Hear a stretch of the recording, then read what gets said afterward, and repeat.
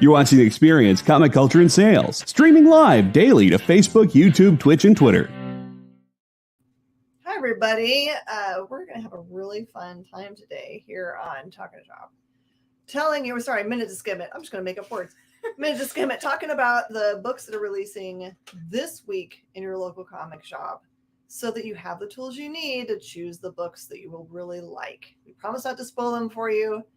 We'll be right back after these little break. Tell you all about them.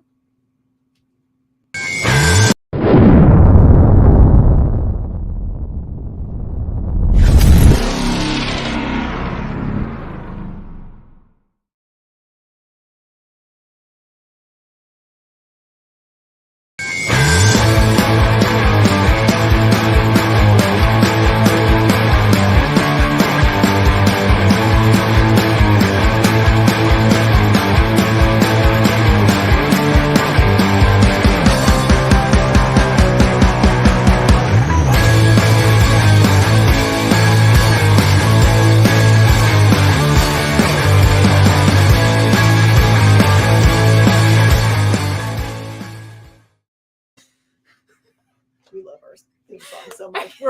You guys don't ever see it, but while that part's going on, we're always jamming back here, making up a new dance. I think we need to put that together with some outtakes of us doing stupid things while the camera's not on, just for y'all as a reward. That's what we should do. Yeah, Kyle, that's totally what we need to do. We're always looking for what are the rewards we can give to people that are on our YouTube and are actually subscribing to higher levels of coolness. We should do all of those outtake stuff just for that. But you're gonna have to set up a camera and record that stuff. It doesn't actually the camera's not actually on somewhere. No. Actually, we're getting away with it then. Yes. You didn't have to just out yourself. All right. Well, sorry. Everybody knows we're dorks, so it doesn't matter. Hi, I'm Jen. And this is Liam. Hello. And we're here to talk to you about comic books that are coming out this week. Things are weird in the comic book world right now. DC books are officially out today, but most comic shops just wait till tomorrow because it's a big pain to do processing of comic books twice. And surprise, there are a lot of comic book stores out there this week who their books didn't necessarily all make it to them in one big batch. So be extra friendly to your local comic shop and understanding that it's really not them making it super hard for you to get their books. That's not what they do. They don't say to themselves, how can I make it difficult this week? No. We're just people just trying to make do. We're going to give you all the comic books. That's our job, literally. Yes. All right, so we're going to go through all of these books. We went a little bit crazy this week, and I even read more than what could possibly fit on the board, and a trade paperback. I know, it's crazy. I see Josh Went is on. Happy NCBD to you as well. Love it. I don't know. It doesn't just flow off the tongue though. It doesn't local comic shop day or those kinds of things. This one's harder. It's LCS at your new comic books at your LCS. All right. I'm gonna go ahead and do my awesome big fat trade paperback. All right, so I saw the pitch for this book. I think I'm following John Ward online, and they've been posting about this cool book because it's from a company that I don't think you might be familiar with. Let's see, it's published by New Friday. It's a Lev Gleason imprint. So if you're coming to try to figure out where you're gonna be able to get it, don't give up on that awkward acronym. I love it very much. I feel like we need to put some vowels in there though and see if we can make it into a word. It's kind of fun to say. All right, so this is called Scratcher, and it's unless they completely put this book together incorrectly, the page counts off. It really does jump around in time, telling you a very literal. Oh gosh, she's not even trying to use literally told story. Too many syllables.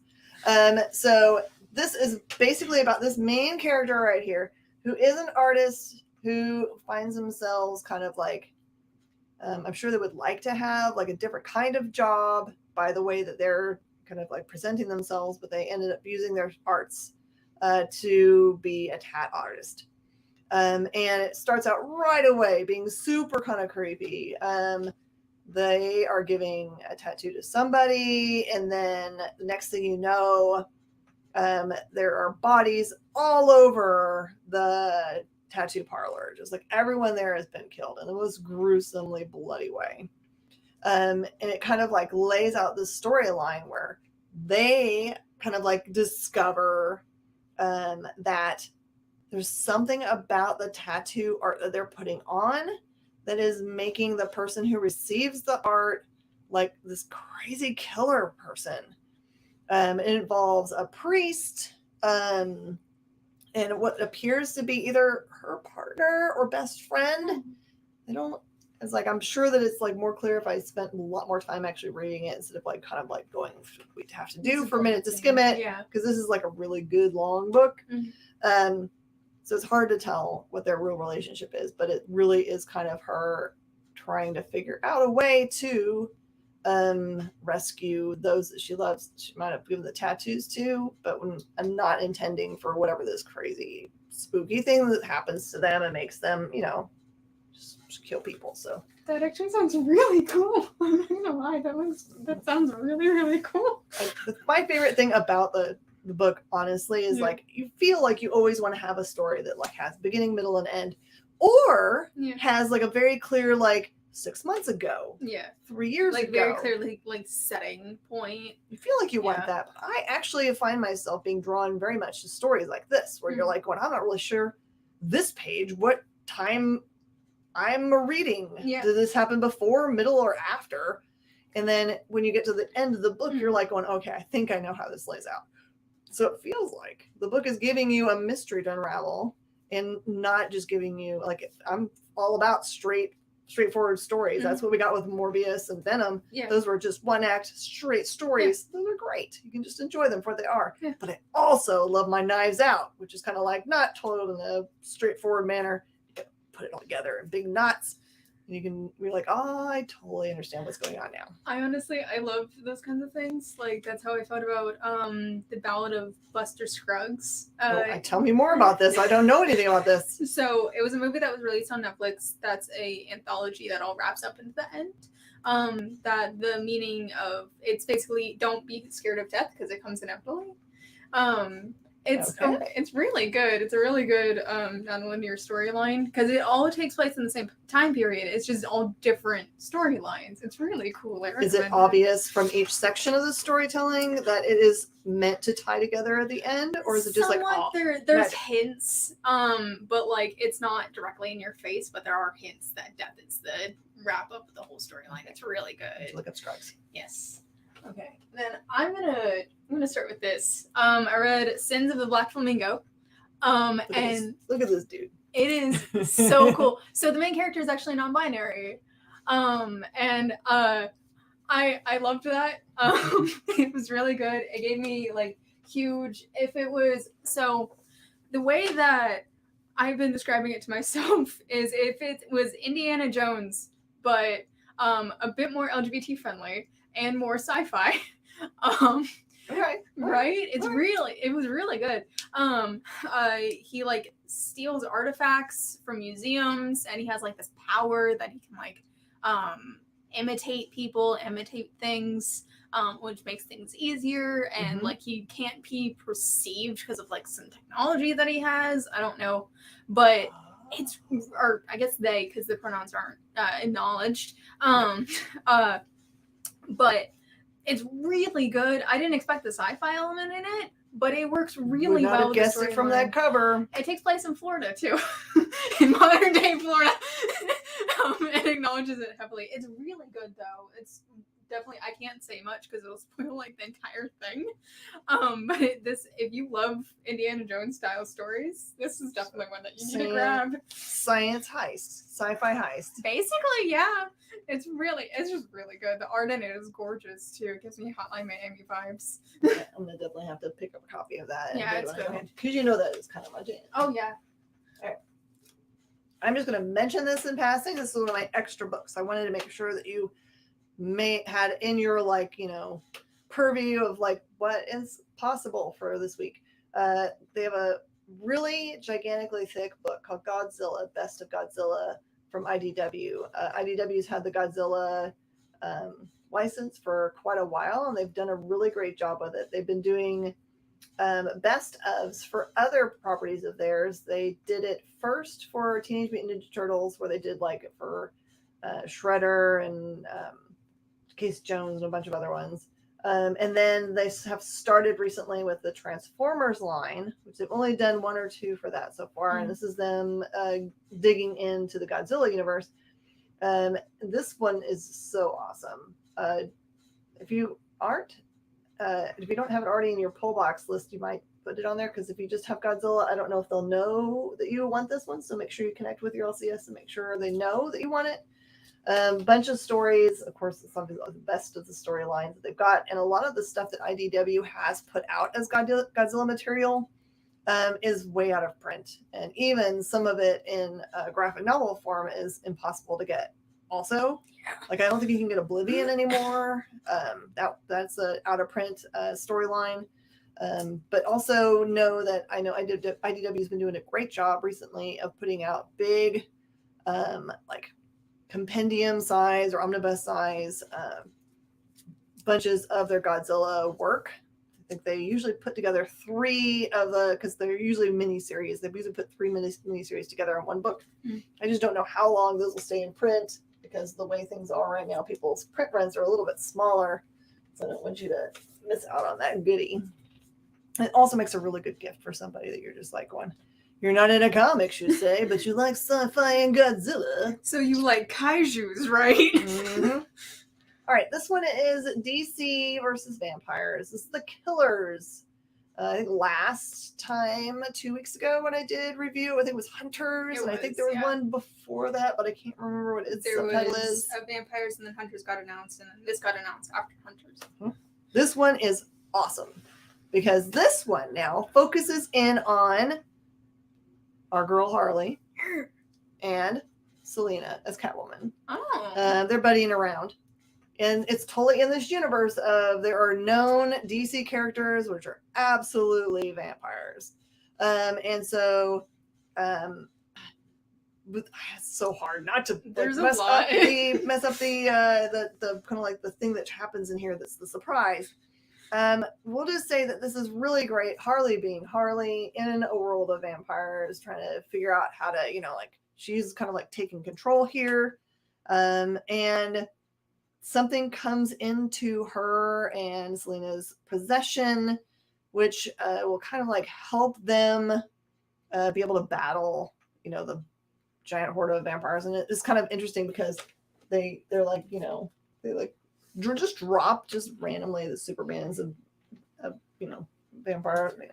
I honestly, I want them to release a trade or like a just mass of all the vampire, because I want to read it from the beginning, because the one issue that I read, I was in love, if I'm being completely honest. And from what I have seen of Hunters, that's beautiful. And from what I've heard of Killers, it's amazing. Yeah. I'm very excited to see where they go with this vampire series. It seems interesting. Yeah, and there's nowhere else where you can actually see them at dinner with Clayface and I'm trying to remember who else there was. There's another big kind of like Clayface looking character that's with them, just like hanging out. It's pretty funny, but it still has all of that kind of humor that you're used to for that character for sure. Your turn. Well then, so I have a thing about Bruce Wayne, but this is the one Batman series, is Batman Beyond the White Knight, Volume 4, and I have fallen in love with this series so far. So I have a thing with Bruce Wayne. I can go on for a while about it, and I won't here. Why not? These people are.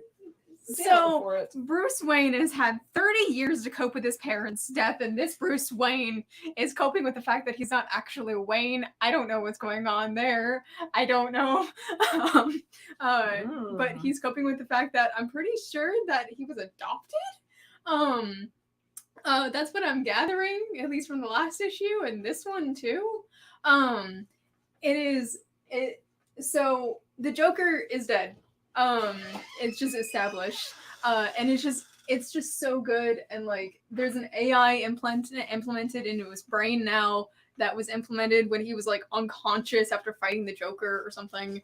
And it's him trying to cope with it now.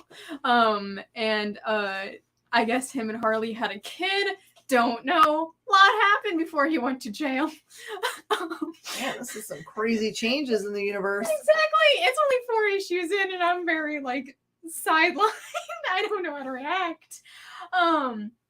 But like this series so far, I have fallen in love with because it's not the Bruce Wayne that I dislike.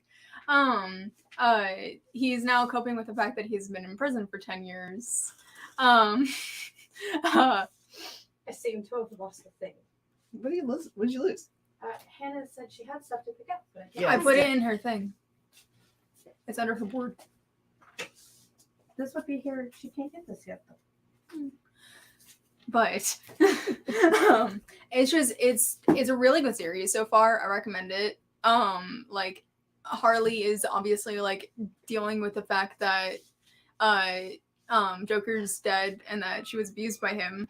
And you can definitely see her trying to cope. And also try to raise 2 teenagers. It's really good so far. If you haven't picked it up yet, you need to, because I feel like it's about to take off. Because I don't know how long it's gonna be going. But it seems like it's gonna have a very satisfying conclusion if it's soon. It's just so good, and the art in it is gorgeous. And Neo Year, I haven't been following Neo Year, but it is definitely following Terry McGinnis as a new Batman. And like I said, I haven't read it. I need to because it's parallel storylines. But it also touches on the fact that like this one touches on a lot of Terry's background and not knowing anything about Terry. If he is a continual character. It's a really good backstory. It hit hard. It's good. I recommend it strongly.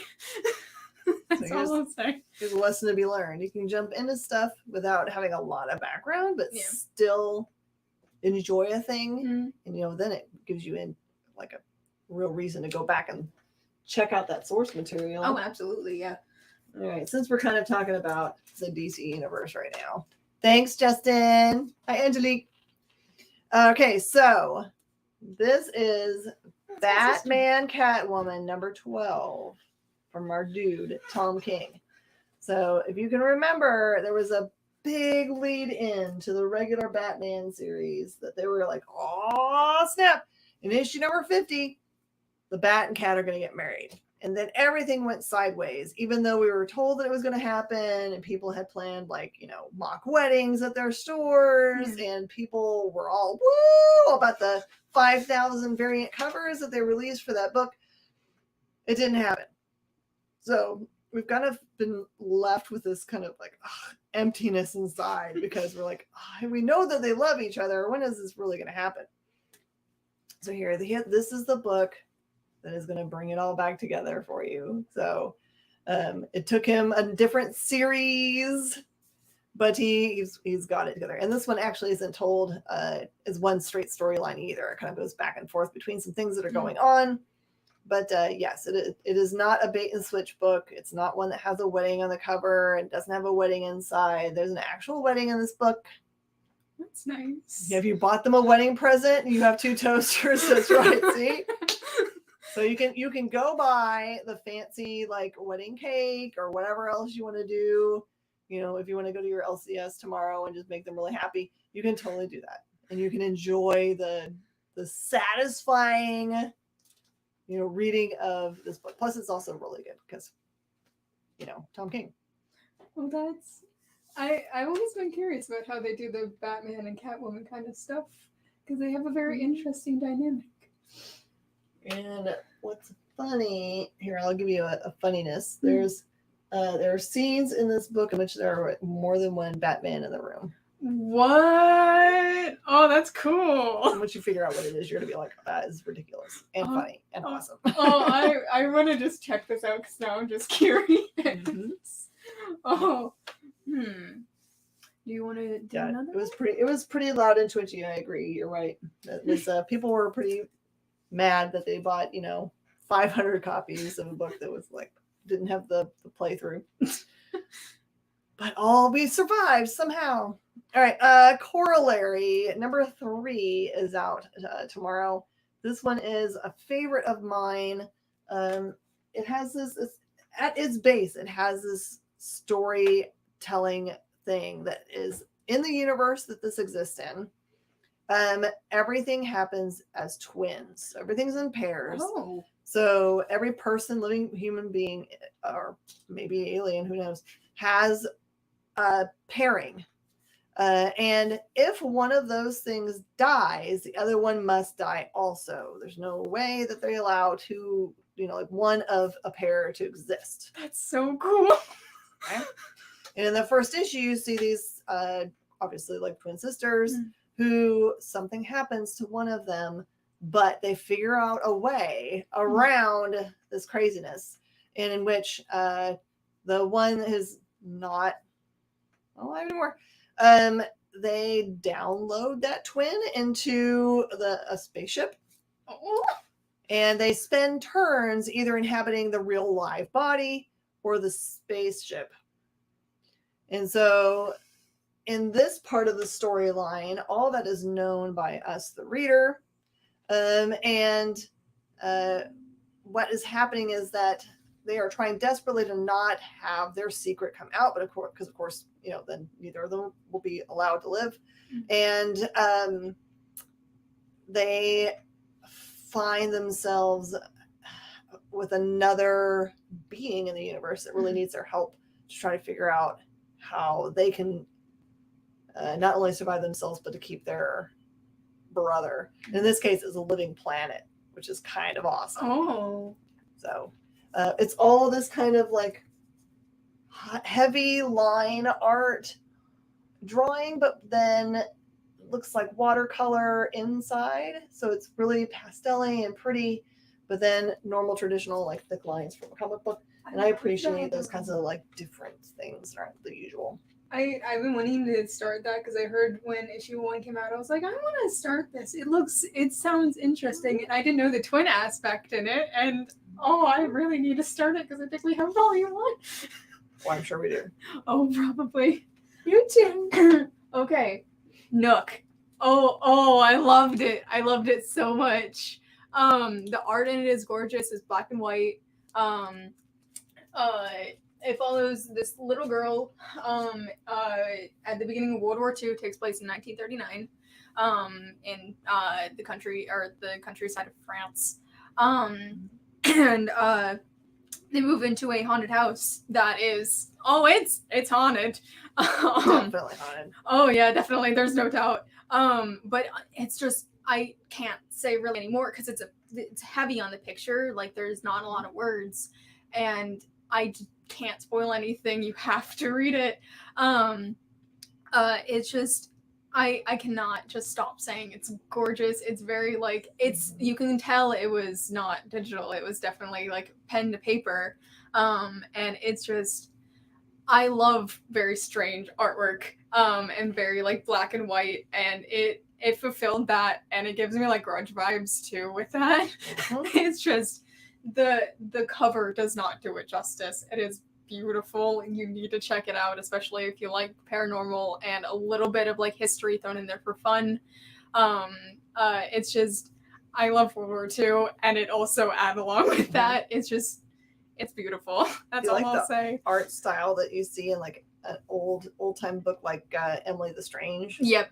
It's kind of like that kind of vibe. Yeah. And for people that are like, I have to own everything that's connected to a book that I love. Caleb Thusat is the writer of this book, and there is a self-printed version of this in hardcover if you know someone that backed their Kickstarter forever ago. So this would have been heavy COVID times. Oh wow. It came out as a graphic novel. So if you just like, I can't wait for all the individual issues, or if you're like, I must have individual issues and the hardcover book, then you know that there's stuff out there you can get. So monstrous. Okay.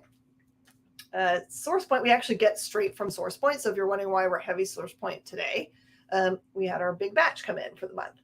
So Monstrous is an amazing series of books So think of them all as mini series. They're usually like 4 issues or so. Sometimes they do one shots that all take place in this monstrous world. Like I think one of the last series was about like a lighthouse keeper, and it was a ghost love story. I think that it's like something happens where they go to the lighthouse. There's a single person that goes to take care of the lighthouse, and then they fall in love with the ghost, lighthouse keeper. So they're all kind of like ghost or monster, or those kinds of things. So you can buy any of them and jump in and not be like, oh, I need to have all the other ones, because they're not connected to each other in any other way except for they're monstrous. And this one is called A Book of the Dead. And this one is essentially a dad and daughter mummy who have been separated from their mom, so the wife, and go through they're trying to find the Book of the Dead, and they come across all kinds of crazy creatures and stuff. That is the art style that you see right there. So it's kind of like just a regular storyline, but just happens to be their mummies. That's actually really cool. I love that. That's cool. Okay, and I need to keep going, right? Yes, Okay. Okay. And Kanto. I actually got to talk to David Boer and Drew Zucker yesterday, and if you want to see that interview, it is ready for you on the YouTube section of the experience. It's under the Talking Shop, the logo for this week. Kanto has been a really well-received series of books. It's all from the same world. They've just done it in little mini series or single shots. This is Kanto Tales of an Unnamed World, and takes place with our main characters, which is Kanto and Falco, and I can never remember the other person's name because doesn't end with an O. See how it works on my brain? So this actually takes place between the storyline mini story that is them going to the land of the giants and the lion-hearted one, which they just finished. So it's stuck in there. It's them actually leaving land of the giants and trying to go back to their home, because they've finished what they were supposed to be doing there, which is to rescue the giants. So this is them, the 3 characters plus the creature that you see on the front, which I can't remember the name of the creature, but that's him. He's cool. And they find themselves really close to home at the beginning of this book and come across a bridge that none of them remember actually existing. And they don't remember crossing the bridge to leave home to go on this adventure that they've been on. But nonetheless, they start to cross the bridge, and in the middle of the bridge, they are stopped by a bard.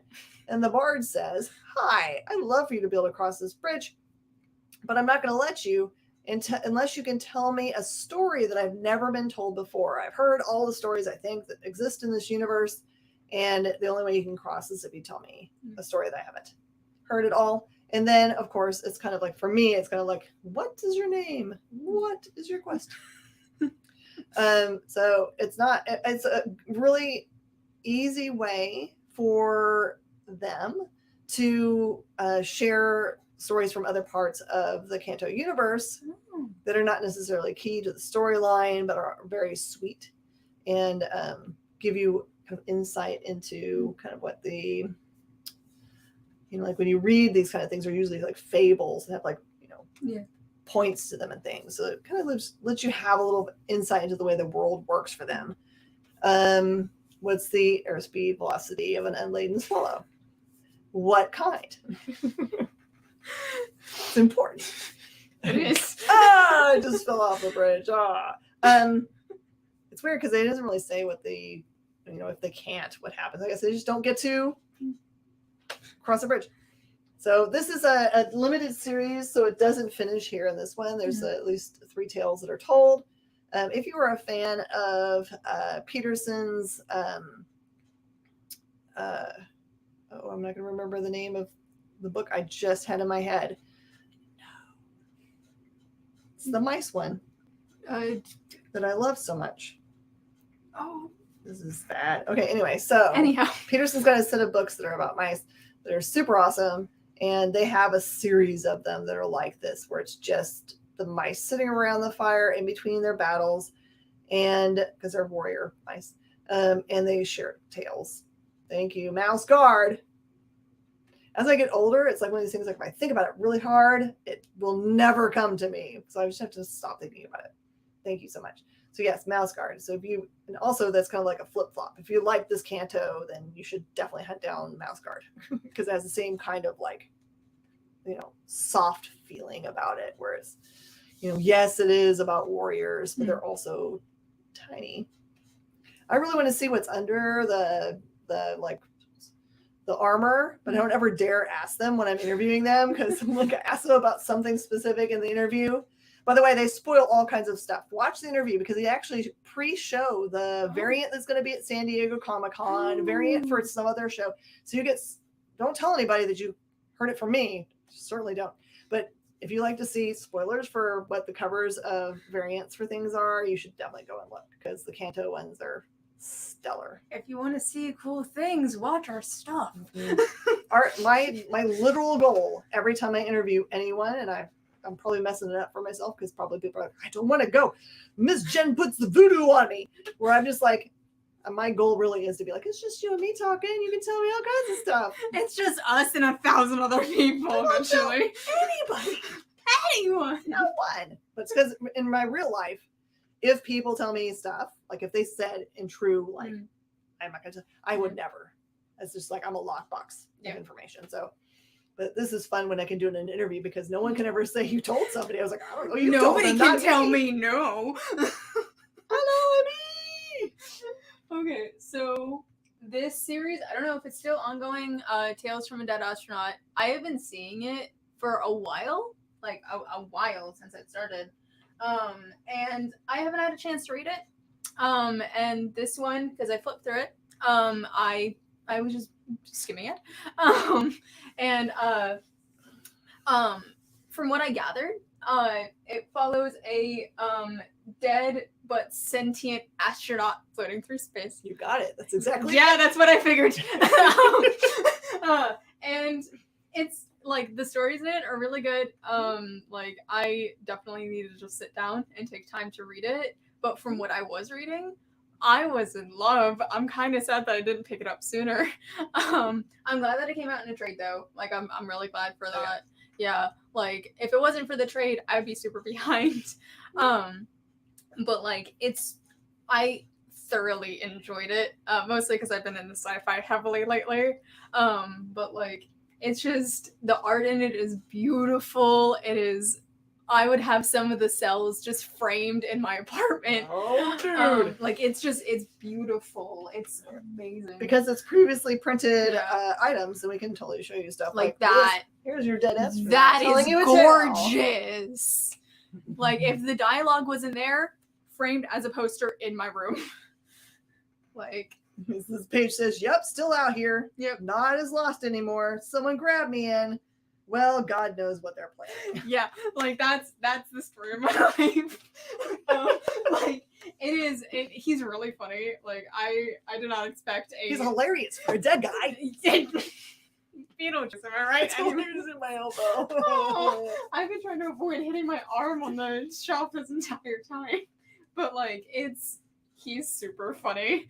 Like I didn't expect it, but like there's little fluff stories in there, like giving context to the world. Mm-hmm. But everything that he says, I'm in love. He's really funny. He's very like nihilistic and like my cup of tea when it comes to anything like that. And it's just you need to if you like the singles are still out. Yeah. You don't need all of them. Like you can just pick up one of them because they're pretty, it's anthology based. Yeah, so. They're not connected storylines. Like they give basis to the story, like basis to the universe, but like that's really it. Like they're not connected in really any way. Like the only connection is just the astronaut. And he's not even part of the main characters. Yeah. So think like the Ice Cream Man books that are horror. The Ice Cream Man's not really a character in any of them. He's just the through line. He's just there. Just the through line. Yep. Okay. I'm going to go up here. Oh. Okay, so I actually read this. I'm going to fully disclose that I have not read a whole bunch of Sonic, and I haven't watched the movies, so I'm not 100% familiar with all the characters, so I'm going to do my best. So this one is Sonic the Hedgehog. This is 50. So this one is a big book. You turn in 50. So I will try to get this straight. So there are 4 main big characters for this that are outside of Sonic and Tails. So Sonic and Tails are together. The beginning, there is another robot-looking Sonic character, not the Mecha Sonic. I know who that is. Who finds the mechanical Sonic who's been damaged in some way, and they have their kind of like own storyline. And then Tails has kind of a storyline where he's trying to battle against a specific, I think, brand new character. And I think his is the water one. There's one that has like control of water who kind of basically threatens to just drown him because they can. It was Edgelord the Hedgehog, aka Knuckles in it. No, there is not. There's not. I know that for sure. And then this duck character and the Eggman character both have like big mech suits, and they're battling through part of it. There's a bunch of like independent storylines. And then Sonic is fighting this character who is I'm not gonna remember her name. It's so cool though, dude. But Sonic runs at the speed of sound, and she's like speed of light or something. So he's a fennec fox. Water guy is Kitsune. That's Kitsune. Okay. Perfect. And then her name is really cool, but I can't remember her either. But this one is awesome. I mean, I'm not a normal buyer into Sonic. Clearly, if I haven't seen the movie or any of those things. But I mean, I read to the end, and usually I will tell you if I get like 3/4 of the way. This is a thick book too. If I get 3/4 of the way of the book and I'm just like, I still have no idea what's going on, I would put it down. Confused. Surge. That's it. Surge. Okay, so no new characters. They're all known characters. So yeah, what do I know? But it's awesome. Great art. I'm not going to tell you how it ends because I want you guys to be able to enjoy it. But you just know there's a bunch of different battles going on. And the thing I like about it is it feels like all the ones I've read before end up this way too, where you have characters that are like super determined to kill Sonic, right? There's their whole purpose in life. They've been built to do it. But it feels like all of Sonic and his like people like Tails and those guys, they try to find a way to like personally connect with the bad guys and like say, we could try to kill each other or we could be best buds. We could kill each other, but we could also save the universe together. That's right. We could. We could, but why would you? Go for ice cream. Yeah. All right. Iron Cat.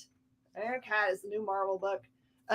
Previously, the way the Iron Cat suit has existed is that Black Cat broke into or kind of visited Tony and put together on her own an Iron Cat suit, and that has been in the Black Cat books. It has appeared. She's been in it, but it was in those books recently destroyed. And so what you need to know about this book is that it has been put back together and given a bunch of upgrades, I think, by Tony.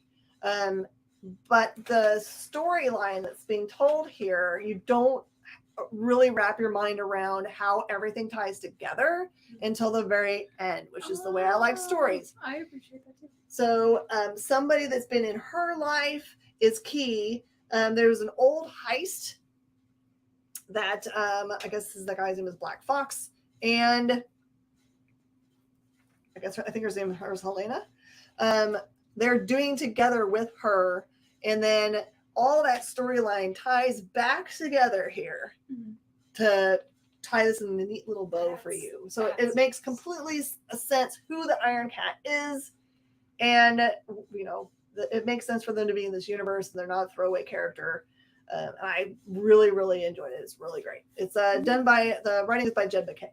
Ooh, that is That's actually a really good lead-in into this. Oh, is it? Yeah. The variance. So it's not a great lead-in, but it's different. It's a lead-in. universes. Yeah, I guess I didn't know how to transition that.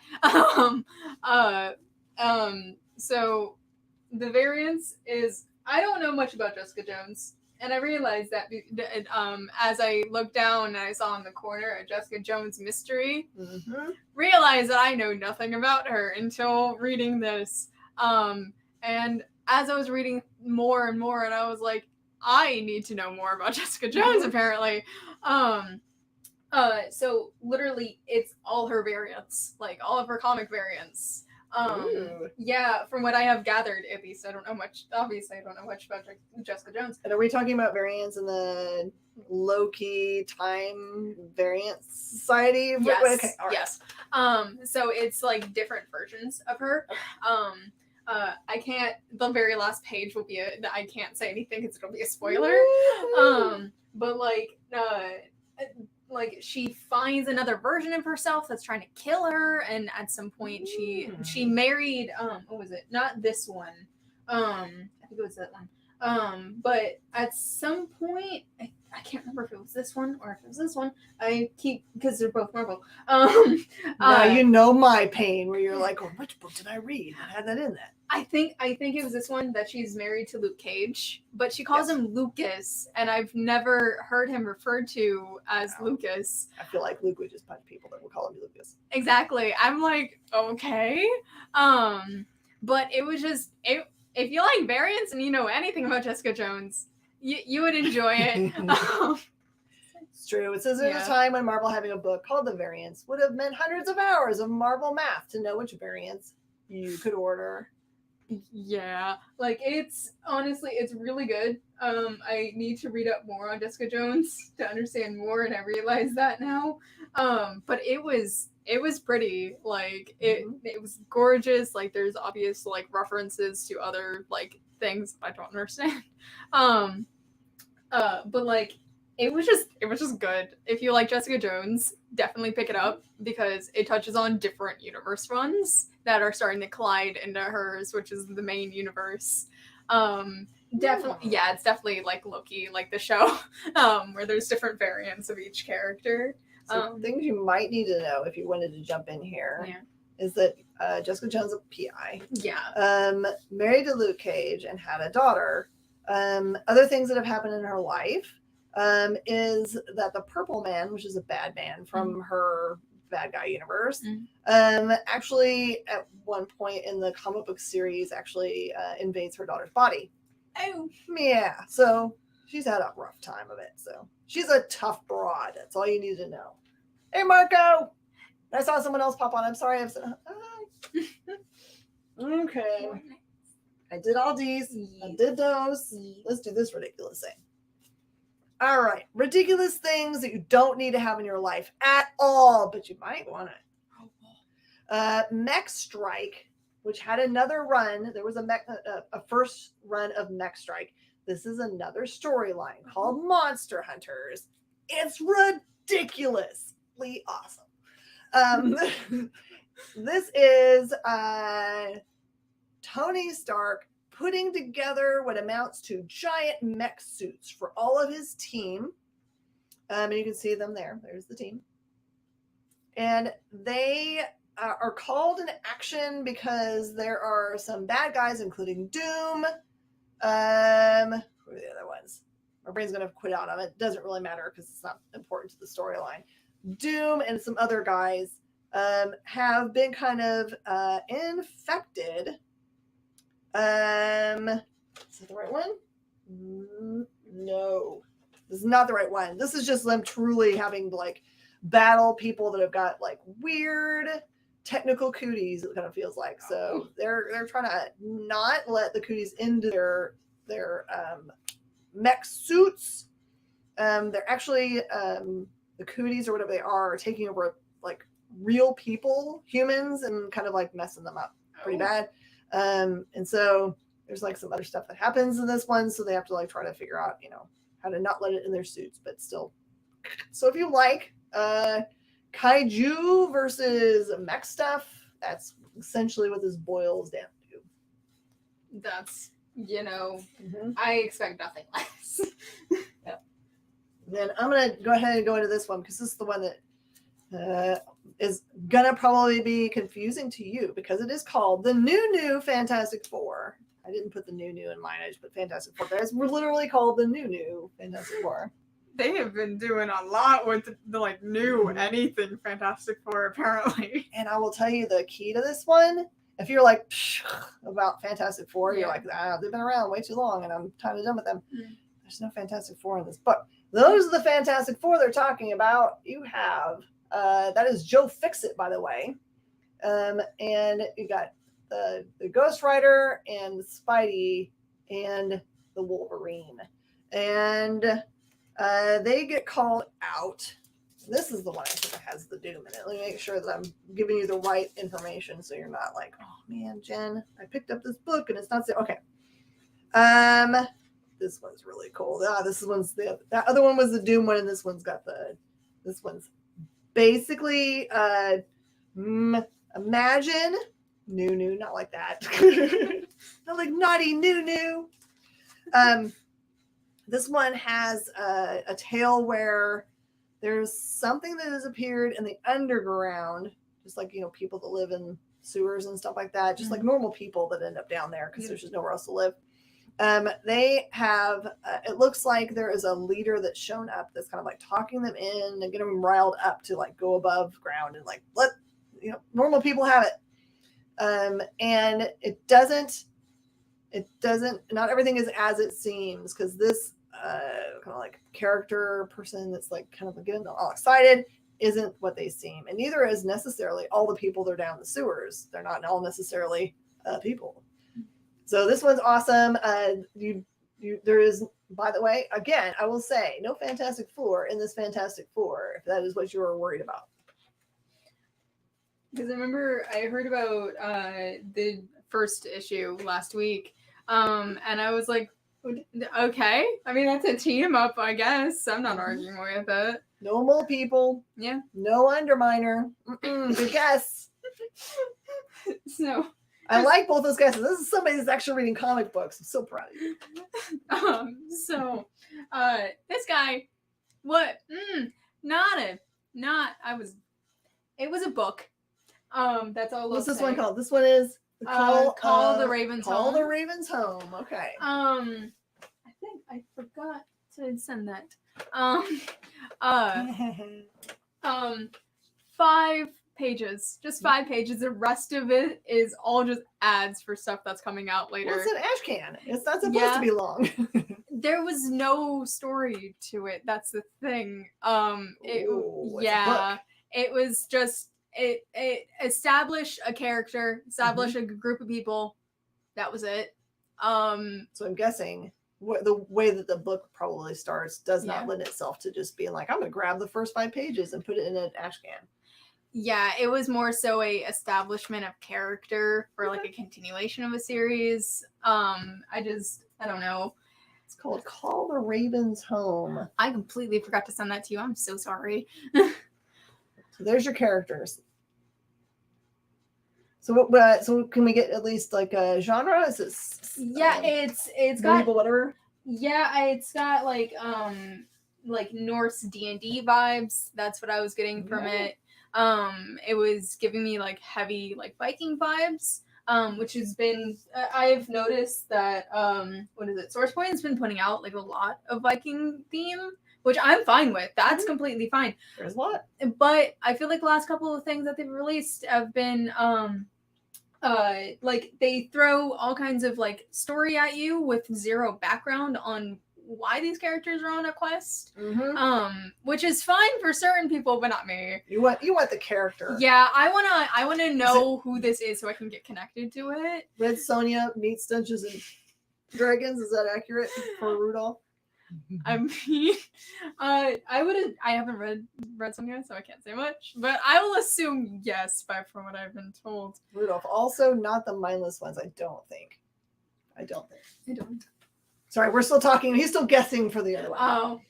Oh, it's just if you just like a basis, go for it. I just personally did not like it. That was just me though. The art in it was gorgeous though. I can't complain. All right, I've made it so that we're off a little bit, so you can do the Thor. Okay. So My bad. And there's a reason why I put these 3 down here.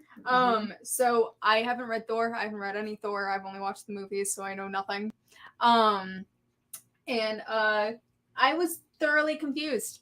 There are characters that have clearly been established in the other Thor books and the Thor issues. I don't know. It seems like there's like backstory there that I don't know anything about. And it was like giving obvious like implications, like this happened, and I'm like, what? I don't know. Like I have no idea. Obviously, more Marvel than I do.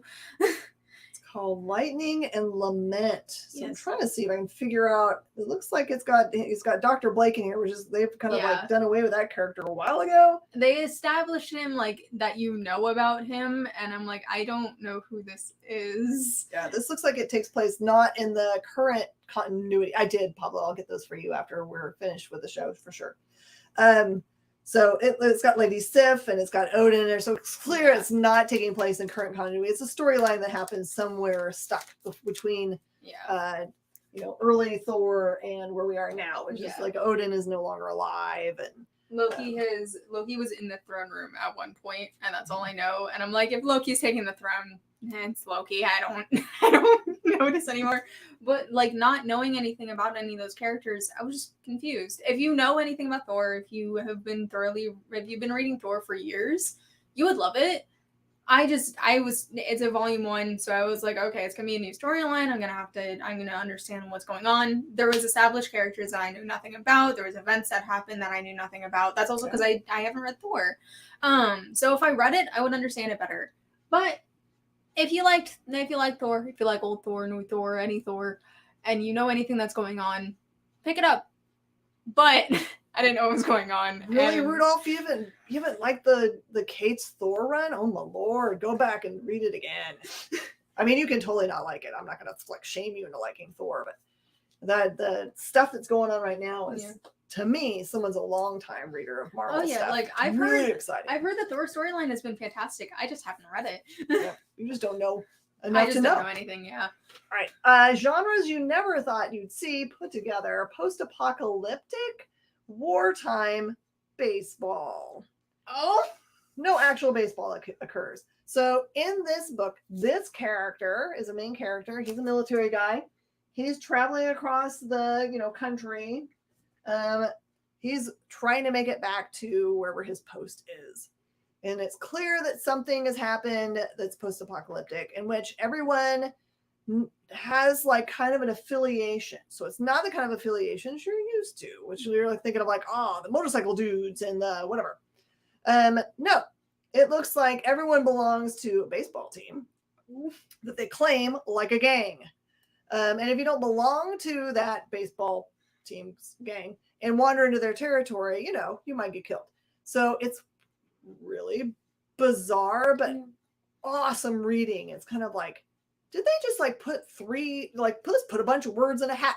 We're going to pull out 3 words from the hat and we're going to make a thing happen from that.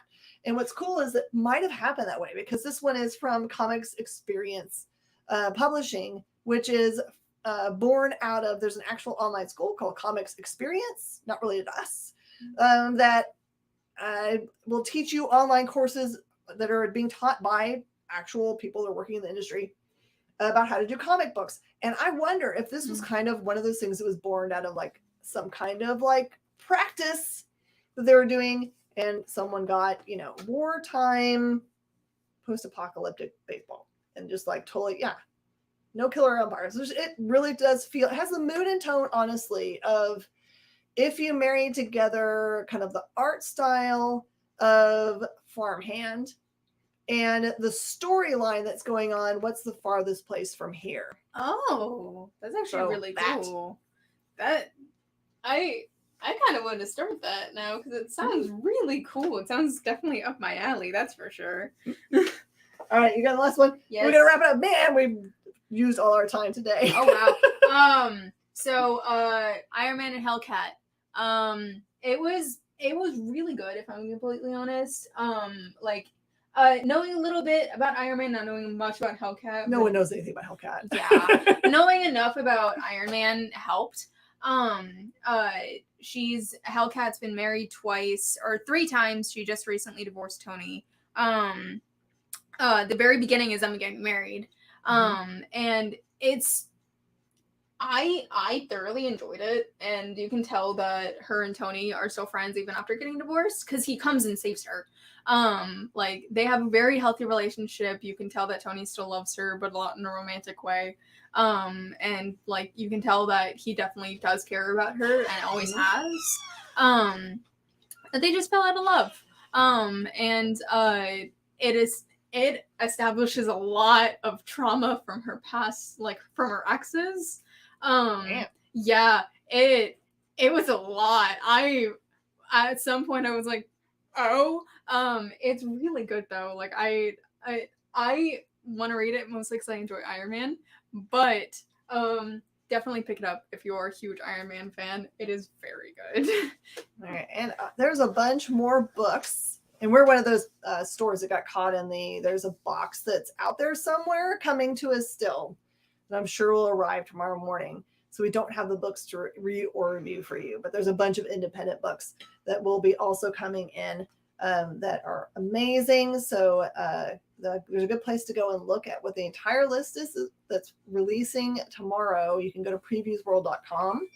And also, if you just happen to be traveling, because it is the summer, you might be away from your home store, you can use comicshoplocator.com, and you can just type in the zip code for where you are, and it will pop up lots of options for you. I always say do call the phone number that appears on there first before you go to a store, because sometimes those listings that are on there, if a store has moved or has closed, they may not have remembered that they have that as an active listing. So do make sure that you connect with them to make sure that's where they are still, but definitely go find an LCS this week. I know it's the end of the month and money is tight, but man, it really only takes $5. Just buy a book from your LCS to keep them just as healthy as possible. So, and we're women owned, so just come support us too if you're in the area. Yeah, anywhere. I'm happy with you with supporting anywhere you go. All right, everybody, we'll see you guys next time for Minute to Skim It. Thank you so much for showing up and supporting our dream of reviewing comic books. See y'all later. Bye.